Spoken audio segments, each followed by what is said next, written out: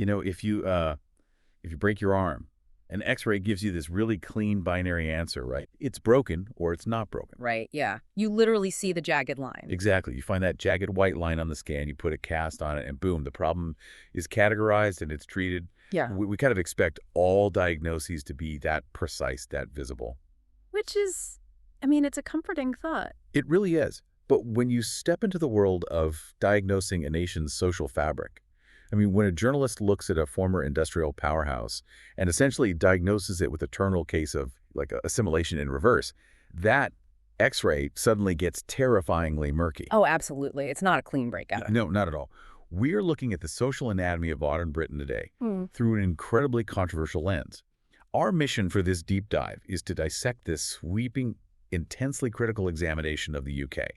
And we're drawing this entirely from a single, very extensive interview between the musician and commentator Winston Marshall and the journalist Colin Brazier. Yeah, and before we begin mapping the anatomy of this critique, we really need to establish the ground rules, the parameters for you listening right now. Right. Highly necessary disclaimer coming up here. Very necessary. The source material we're unpacking today contains some incredibly highly charged, politically conservative, and frankly populist viewpoints. I mean, they are delving into the absolute most sensitive fault lines of modern society. Yeah, we're talking race, religion, mass migration. Even abortion legislation, right. So our role as your analytical guides today is absolutely not to endorse or, validate or debate the ultimate truth of their claims. We are not picking sides. No, we're just mapping it out. Exactly. We are here to neutrally dismantle their arguments piece by piece. We want to show you the architecture of this specific worldview. We're going to examine the mechanics of how they connect these totally disparate societal dots so you can really understand the underlying logic they use to diagnose the state of the West. Right. And the central, just incredibly heavy question hanging over this entire text is really about how a society fractures. And the source grounds this abstract anxiety in a very, very specific physical location. He actually uses it almost as a noun for societal decay. Yeah, a stand-in for the whole process. Right. And that location is Bradford, a city in West Yorkshire. To comprehend the sheer scale of the collapse Brazier is outlining, you really have to understand the economic velocity Bradford possessed like a century and a half ago. It was massive. Huge. The text paints it as this northern industrial titan, a textile powerhouse where the mills were just generating astronomical wealth. Yeah. Brazier specifically highlights this one suburb, Manningham, noting that at its peak, it housed more millionaires than Mayfair in London. Wait, really? More than Mayfair? Yeah, that's what he claims. It was just an absolute engine of wealth. And that historical baseline is so crucial for Brazier's argument because he uses Bradford as the ultimate canary in the coal mine for the consequences of mass migration combined with deindustrialization. Right. He describes the modern reality of the city as this landscape defined by ethnic strife and territoriality, which is obviously a far cry from its wealthy past. Yeah. He uses this phrase, what was it? Oh, Detroit without the music. Detroit without the music. Ouch! Yeah, pretty brutal. He uses that to capture the hollowed-out nature of the local economy. But the core of his thesis isn't just about empty factories. It's this theory regarding a fundamental demographic and cultural fracture, which is encapsulated in his concept of assimilation in reverse gear. Assimilation going backward. Which, it feels like a paradox. We usually think of integration as this one-way street, maybe a bumpy street, but generally unidirectional. Right, the classic model. First generation arrives, they struggle with the language, the customs. Then the second generation acts as a bridge, kind of caught between two worlds. And by the third generation, the rough edges are totally sanded down and they're, functionally indistinguishable from the host culture. Exactly. But Brazier argues that in Bradford, the exact opposite is happening. He claims that third generation immigrants, and he's highly, highly specific here in identifying those of Kashmiri heritage, specifically differentiating them from just a broader South Asian label. He says they are actually far less integrated into broader British society than their grandparents who originally arrived to work in those booming textile mills. And the mechanics he points to behind this backward trajectory, they're honestly fascinating from a sociological perspective. Because he doesn't just blame some vague lack of effort, right? No, exactly. He points to imported structural systems. So the primary mechanism he identifies is what's called the Baradari clan system. The Baradari system. Yeah, and this isn't just like an extended family tree. It functions as a paradigm parallel social, economic, and sometimes even political network based on incredibly deep kinship and patronage. So it's like a society within a society. Right. So when an entire parallel system exists to provide your financial support, arrange your marriages, dictate your social standing, the actual necessity to interact with the external systems of the host nation drastically decreases. Wow, yeah. And he ties that directly into the practice of first cousin marriages within these networks. It does, yeah. The source makes this really stark claim that this practice has led to Bradford having the highest rate of congenital abnormalities in the UK. Which is just awful. It is. And Brazier frames this not just as a tragedy for the specific families involved, which it obviously is, but as a severe quantifiable cost that is borne by the broader national health apparatus. So it strains the relationship with the state. Exactly. It further strains that relationship between this isolated community and the government. But beyond the Baradari system, the most overwhelming mechanic he points to is just the sheer brutal arithmetic of demographics. The arithmetic changes the entire psychological landscape of a city. And Brazier illustrates this with a really personal anecdote about his old school in Bradford. Right, from when he was growing up. Yeah. During his youth, he describes the demographic makeup of this school as roughly a 50-50 split between white and non-white students. And in that environment, he says, friction is completely inevitable, but so is interaction. You're forced to deal with each other. Right. He recalls his Sikh peers being exposed to and actually participating in local cricket teams and pub culture. There was this mandatory meeting of cultures simply because neither group possessed absolute demographic dominance in those shared spaces. But the math shifted entirely. Totally shifted. He claims that today, that exact same school is 98 to 99% non-white, predominantly of Kashmiri or Pakistani heritage. 98%. Yeah. And treating a physical city not as a melting pot, but almost as an algorithmically sorted social media feed, I think, really helps visualize this. Oh, that's an interesting way to put it, like the algorithm on your phone. Exactly. Think about social media. Once an algorithm figures out your preferences, it just stops showing you dissenting opinions or different cultures. It just feeds you a 100% concentration of what you already know, creating this completely impenetrable bubble. Right. Brazier is essentially describing the physical, geographic manifestation of that algorithmic sorting.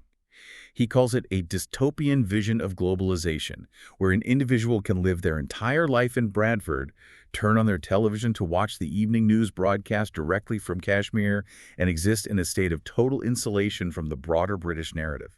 And that evaporation of the necessity to interact, that is the key variable here. When a community reaches that 98% saturation point, the gravitational pull of the host culture basically just ceases to exist. It's gone. Right. The local shops cater exclusively to the community, the social networks are entirely internal, and the host culture just becomes this abstract concept rather than a daily reality. But, we really need to pause on this blame attribution for a second, because if you read the source text closely, it reveals this massive structural contradiction. How so? Well, Brazier explicitly admits that the business model broke. The textile mills emptied out, the millionaires fled. Now, when a massive economic engine collapses, the host population, the ones with the means to leave, typically flee to the suburbs or other regions. Yeah, classic white flight or economic migration. Exactly, leaving the incoming populations trapped in these economically depressed urban centers.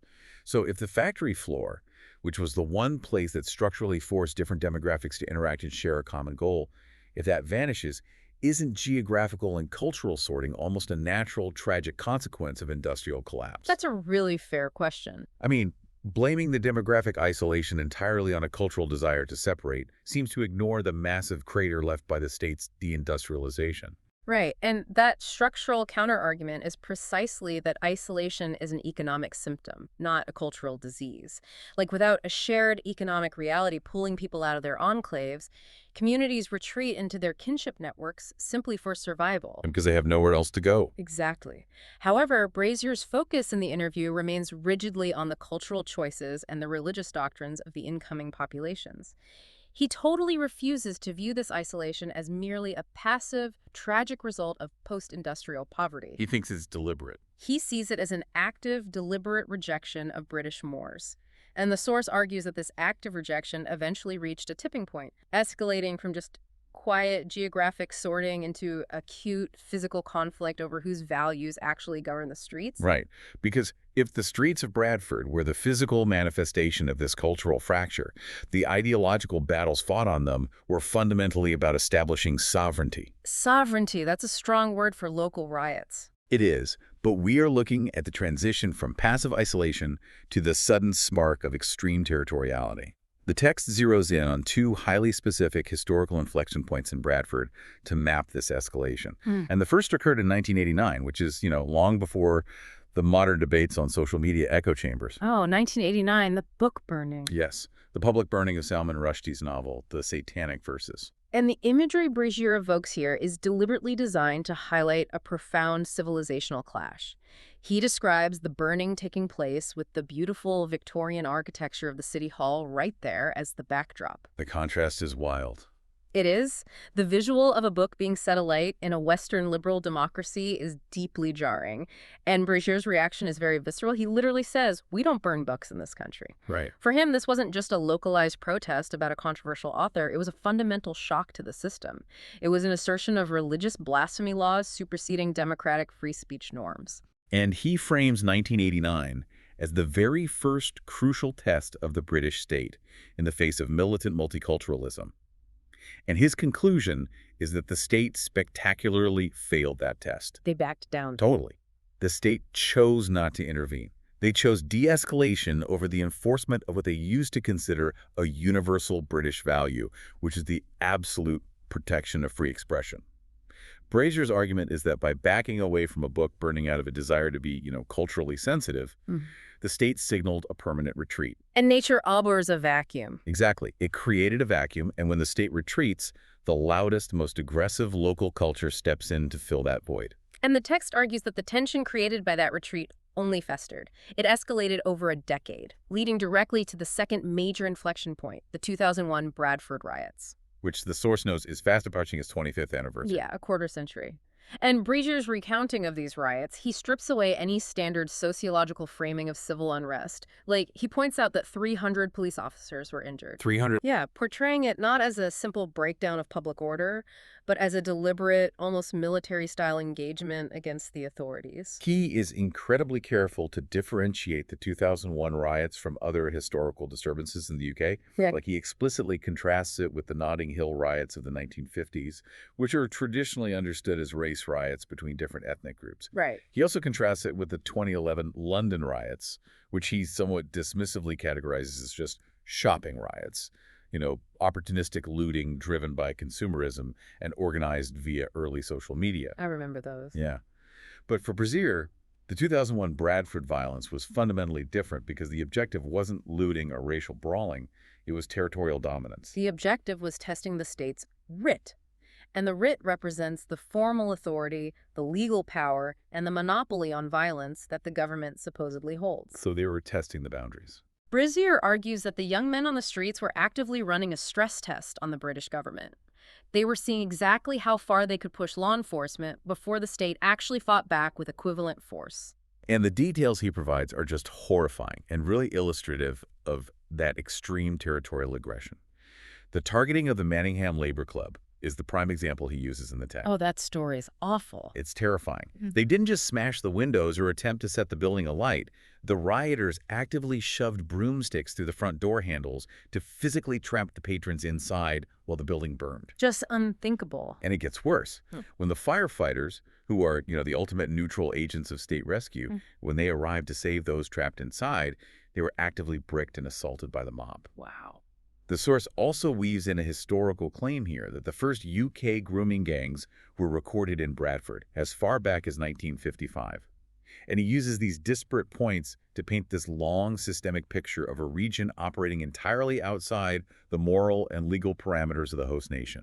So, consider the massive cognitive dissonance this creates for a society. I mean, if these severe events, book burnings in public squares, massive riots trapping citizens in burning buildings, the emergence of systemic grooming networks, if all of this was so evident and so geographically localized, how did the overarching philosophy of multiculturalism survive? Right. How did people keep believing the narrative? Exactly. How did the idea that all cultures are equal, remain the dominant, unassailable narrative in British public life for subsequent decades. Well, the source provides a very, very direct answer to that cognitive dissonance. Yeah. Intentional obfuscation by the institutions meant to inform the public. Brazier points the finger squarely at two groups for providing the cover for the societal decay. The politicians and the media. Yes, the politicians who drafted the utopian policies and the mainstream media who aggressively sold the story to the public. And drawing heavily on his own extensive background working for Sky News, Brazier is particularly ruthless toward the journalistic establishment. Oh, he really goes after his former colleagues. He defines the media's version of multiculturalism as this utopian lie, akin to a tax on stupidity. A tax on stupidity. Yeah. And to demonstrate exactly how the media manufactured this narrative, he dissects a highly specific example from 2015, the coverage of Angela Merkel and the Syrian refugee crisis in Germany. Right. Brazier claims that while Merkel was being lauded globally for welcoming a massive influx of refugees who were supposedly fleeing the civil war in Syria, the reality on the ground was vastly different. The numbers didn't match the story. Not at all. He asserts that perhaps 60% of the individuals migrating into Europe during that wave were actually originating from places like Bangladesh and Burundi. They were utilizing the chaos of the Syrian crisis to bypass standard immigration controls. And the crux of his critique is aimed at how the newsrooms actually chose to cover this demographic tidal wave. The framing. Exactly. He argues that the media intentionally pointed their cameras away from the vast, unintegrated masses of young men. Instead, assignment editors and producers specifically sought out the one, and he uses this phrase, beautifully coiffed woman from Damascus who speaks perfect English. Find the most relatable person. Right. By elevating the most relatable, highly educated, Western-seeming individual to serve as the avatar for the entire migration wave, Brazier argues the media completely abandoned their duty of skepticism. They bought their own spin. Yeah, they actively refused to ask the difficult, necessary questions about the mathematical and cultural reality of importing 1 million people with vastly different societal norms. Okay, but I have to challenge the logical extreme of Brazier's media critique right here. Go for it. Because he uses the analogy of covering single motherhood to reinforce his point about journalistic bias. He states that if a network does a special on single parenthood, they refuse to show the chaotic, impoverished reality. Instead, they find the one university-educated single mother with an immaculately tidy house. Right, the exception rather than the rule. Right. And Brazier argues that the media must deal in generalizations, not exceptional specifics, because bad cases make bad law. But applying that logic broadly seems incredibly dangerous to me. How so? Isn't demanding that the media deal exclusively in sweeping generalizations exactly what forms the bedrock of prejudice?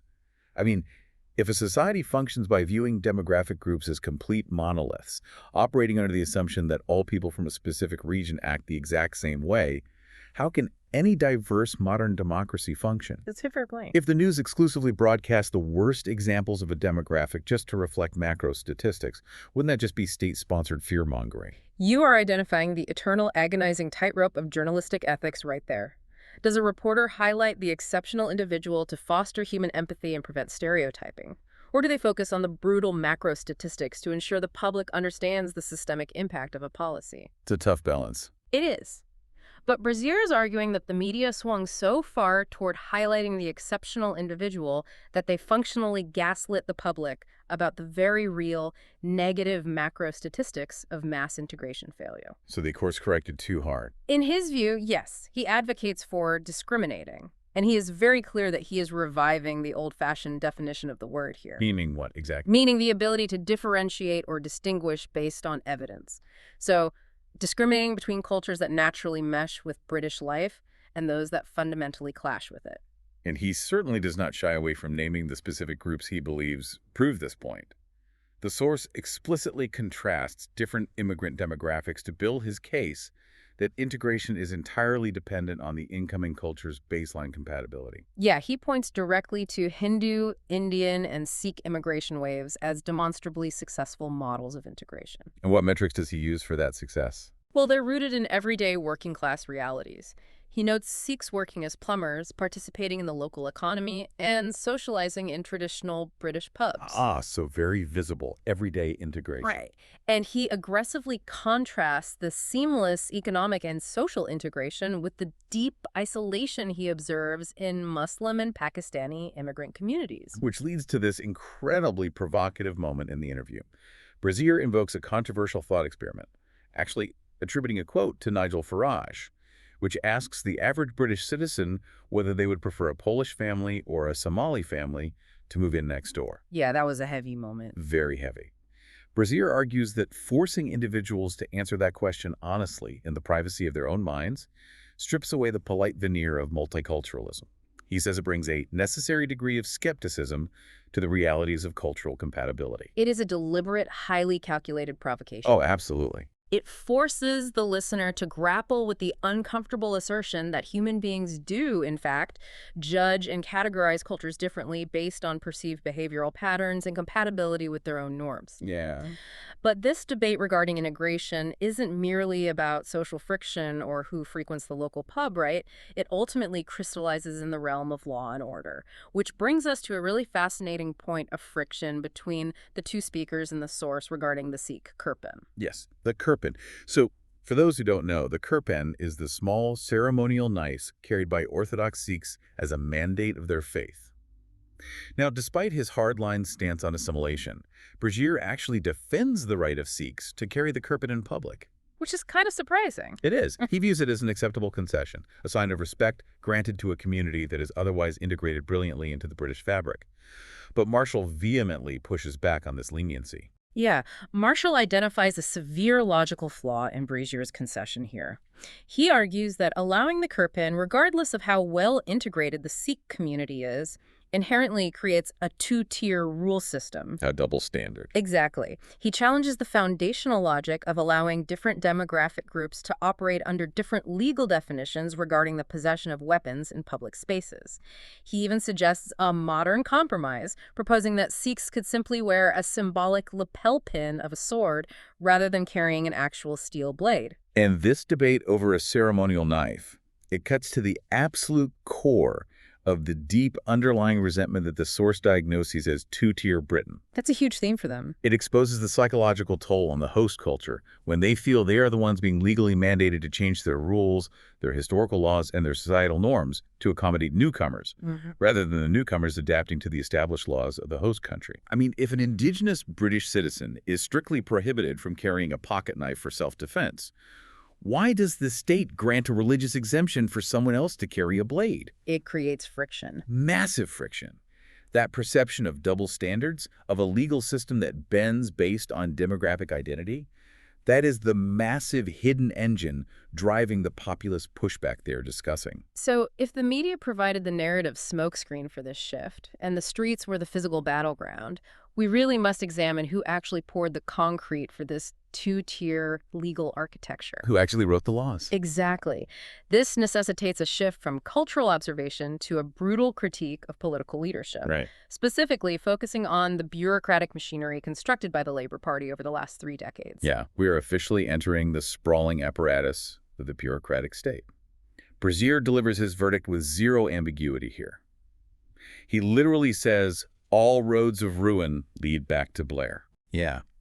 He lays the foundational blame for modern Britain's fractured state squarely at the feet of former Prime Minister Tony Blair. And the source doesn't just offer, vague political condemnation. It outlines a highly specific legislative hit list of Blair-era policies that Brazier believes fundamentally broke the nation's trajectory. Let's break those down. What's the first pillar? The first pillar of this critique is border policy, specifically the 2004 accession of Eastern European countries into the European Union. Brazier focuses on the mechanics of the government's miscalculation. He notes that the Blair administration projected a mere 8,000 migrants would arrive seeking work. 8,000. Right. But in reality, hundreds of thousands arrived. Just a slight miscalculation. Right. And he views this not as a simple math error, but as a catastrophic failure of state capacity that permanently altered the country's demographic makeup. And importantly, it happened without any direct democratic mandate or consent from the existing population. Then we hit the second pillar, which targets the Blair administration's overhaul of the education system. He fiercely criticizes the ambitious policy goal of pushing 50% of the British population into higher education.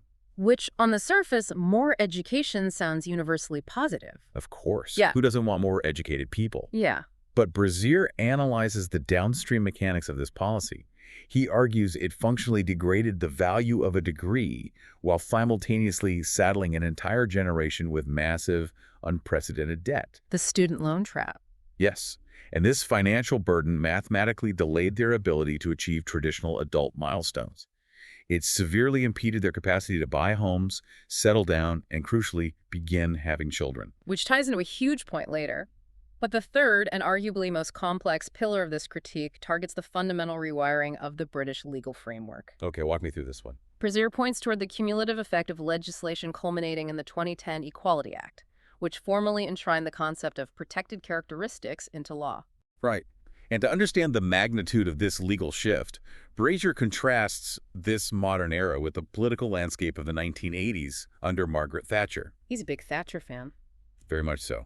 He offers striking praise for Thatcher, notably characterizing her not just as a politician, but as a scientist who deeply understood the animal spirits of enterprise and the raw mechanics of free market. Interesting framing. And he juxtaposes her rigorous, objective approach to governance with what he derisively calls rule by lawyers under Blair's New Labour. And the genesis of this rule by lawyers mindset, according to the source, traces directly back to the Macpherson report. Remind us what that was. So it was commissioned in 1997 following the horrific racist murder of teenager Stephen Lawrence, and the report concluded that the police force was institutionally racist. Brazier argues that the policy responses to this report fundamentally and disastrously altered the mechanics of British justice. How? Well, prior to this era, the legal system relied on objective evidential tests. A crime was defined by the action and the demonstrable intent. But Brazier claims the post-Macpherson era replaced these objective tests with an ideology of victimhood. This shift from objective evidence to subjective feeling is so central to his diagnosis. The source argues that under this new paradigm, if an individual perceives they are a victim of prejudice based on their race, religion, or sexual orientation, that subjective feeling is treated by the system as carrying functional evidential weight. Which changes everything. Everything. Brazier argues this created an immediate, paralyzing, chilling effect across all state institutions. The police, the courts, and the local councils became terrified of enforcing the law equally, fearing that any action against a minority group would result in catastrophic accusations of institutional racism. It freezes the system. Exactly.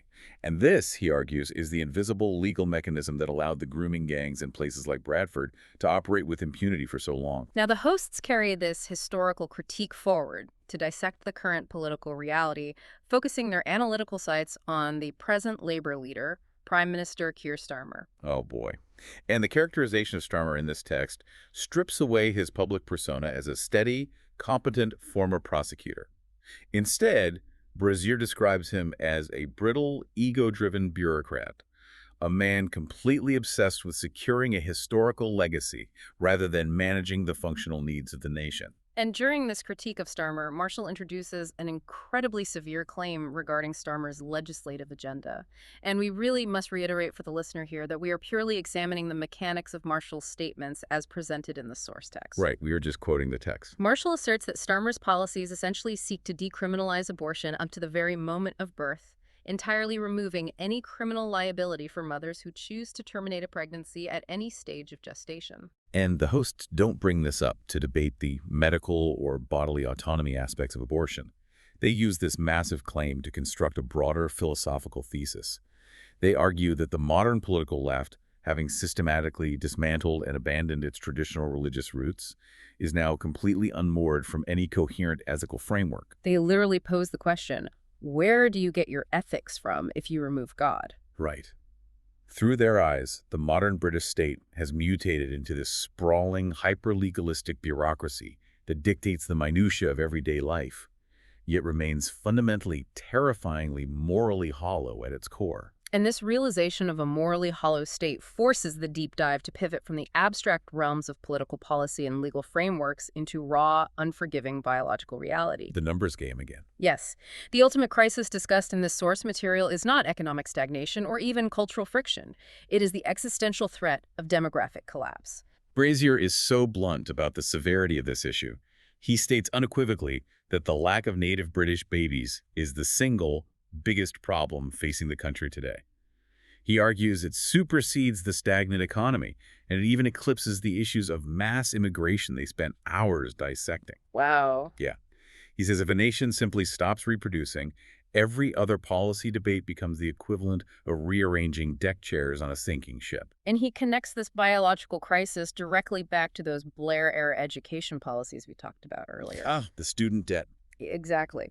The mechanics are simple. If you financially cripple young people with university debt before their careers even begin, they cannot afford the physical space or the financial stability required to raise children. However, Brazier does acknowledge that reversing demographic collapse is incredibly complex. You can't just solve it by tweaking a few lines in the tax code. No, it's a massive cultural shift. And the text thoroughly explores two contrasting national models attempting to solve this decline. They examine the economic solution versus the cultural solution. Yeah. So for the economic approach, they analyze Hungary under the leadership of Viktor Orban.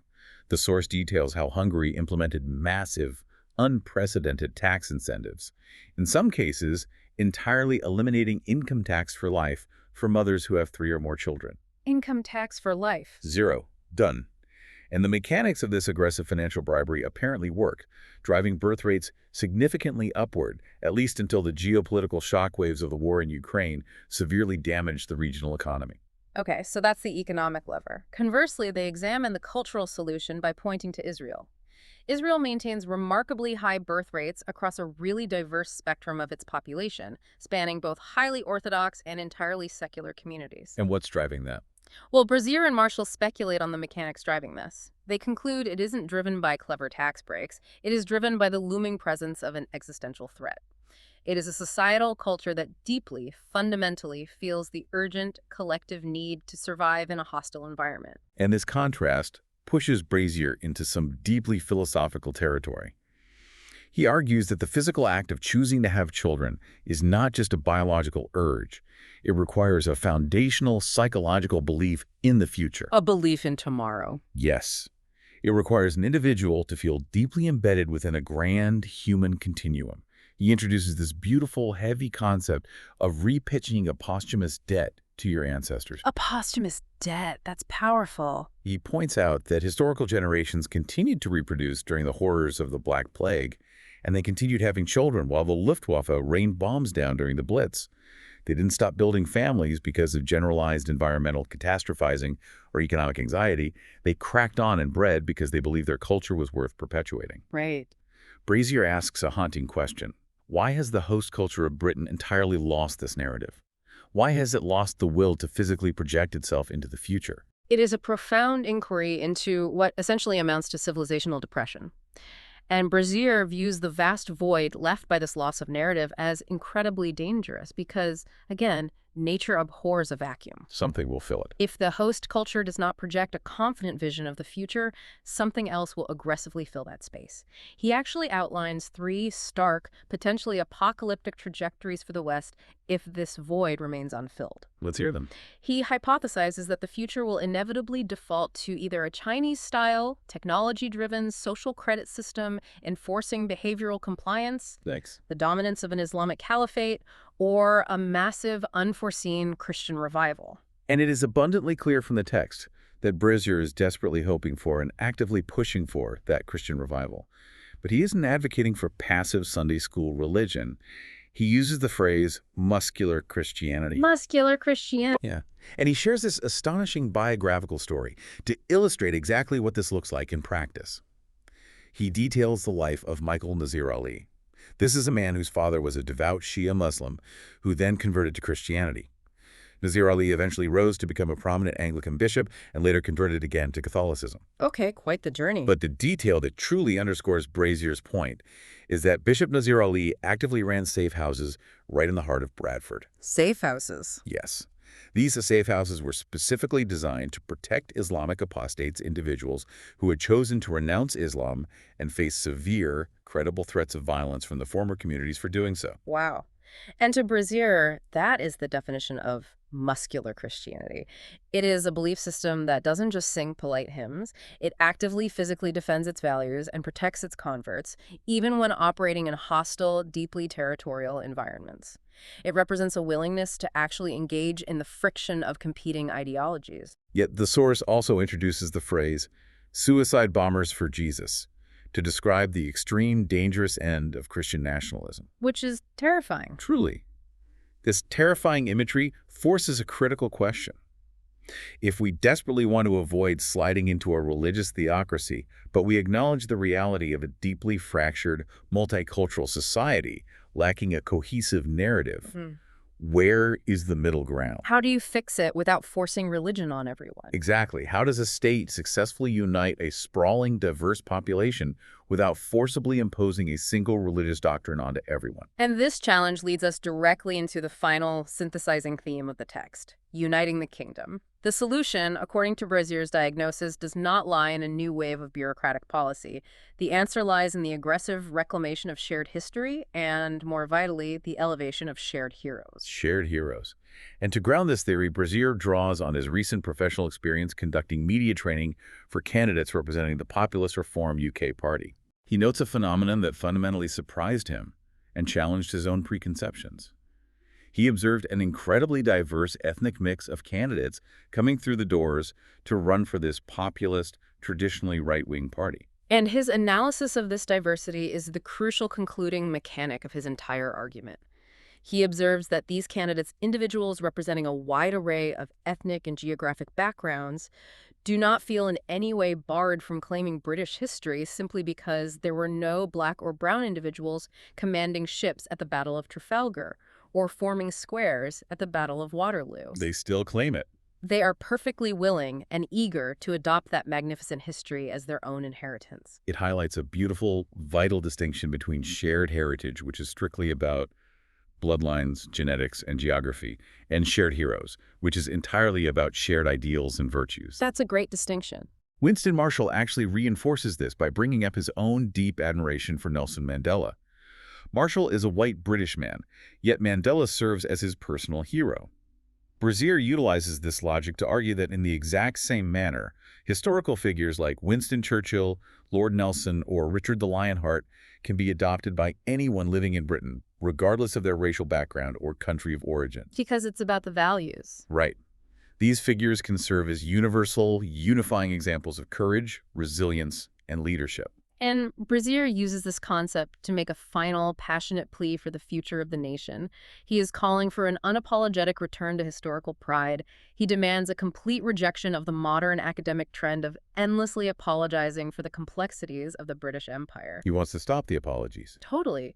He is asking society to embrace a Hobbesian skepticism regarding human nature, the realistic assumption that human beings do not naturally default to peaceful coexistence and therefore require strong, shared cultural rules, firm boundaries, and unyielding common values to maintain order. And finally, he pleads for a fundamentally different archetype of political leader to guide this fractured nation. He argues the era of vain, ego-driven legacy hunters like Tony Blair and Keir Starmer must end. We need a different kind of leader. The nation desperately requires leaders who view governance not as a path to historical glory, but as an act of humble, tedious, and boring service to the preservation of the state. Let us briefly trace the massive trajectory of this deep dive. We began by examining the changing, isolated streets of Bradford, dissecting the structural mechanics of the Baradari system and the brutal arithmetic of demographic shifts. We analyzed the physical clashes over territorial sovereignty, from the book burnings to the riots. We traced Brazier's ideological critique through the media's framing of multiculturalism and the foundational shifts in border policy and subjective legal standards initiated during the Blair era. We stared down the existential threat of a collapsing birth rate and a culture that has lost its belief in the future. Ultimately arriving at Brazier's final plea to bind this atomized society back together using the shared, muscular heroes of its past. It is an incredibly heavy, sweeping, and provocative diagnosis of a nation's soul. But examining the X-ray, no matter how murky or uncomfortable the image, is really the only way to understand the patient. I want to leave you with a final thought to mull over, one that extends the horizon beyond what Brazier and Marshall discussed today. Let's hear it. If Brazier is correct, and a nation's survival truly relies on its diverse population adopting shared heroes from its history, what happens when a society's technological and cultural evolution accelerates at such a blinding speed that the past itself feels entirely alien to the present? That's a huge question. Can a 19th century naval commander or even a mid-20th century prime minister truly serve as the functional social glue for a 21st century AI-driven hyper-connected citizenry? Or is the desperate demand for historical heroes fundamentally a symptom of nostalgia, a longing for a simpler, localized world that simply no longer exists and can never be rebuilt? That is the ultimate question we are left with. When the diagnosis of society is this complex, perhaps looking exclusively backward will never yield the cure. Thank you for joining us on this deep dive. Keep questioning the narratives around you, keep looking closely at the mechanics behind the arguments, and we will see you next time.